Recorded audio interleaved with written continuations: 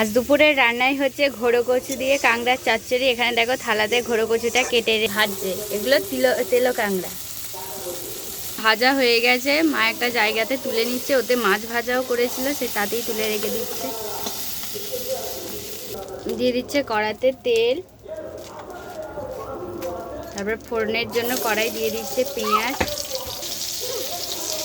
পেঁয়াজটা দিয়ে নাড়াচাড়া করে ভাজিয়ে নিচ্ছে লাল লাল করে। এবার কেটে রাখা ঘোড়ো কচুগুলোকে দিয়ে দিল কড়াতে।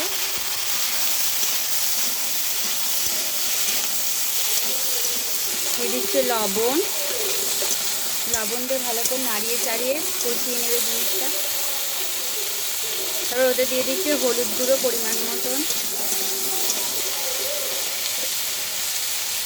দিয়ে দিচ্ছে লঙ্কার গুঁড়ো। জিনিসটাকে ভালো করে কষিয়ে নিতে হবে।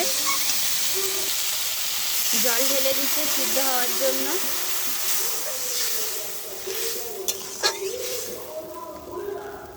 ঢাকা দিয়ে দিচ্ছে, সিদ্ধ হয়ে যাক, তাড়াতাড়ি সিদ্ধ হয়ে।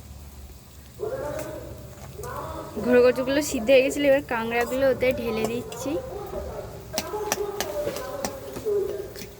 কাঁকড়ার সঙ্গে কচুগুলো ভালো করে ঘেঁটে দিচ্ছে, যাতে ওতে সামান্য জলেতে কাঁকড়াটা সিদ্ধ হয়ে যায়, আর ওর সঙ্গে ওর কাঁকড়াটার সঙ্গে এটা ভালোভাবে যাতে মিশে যায়।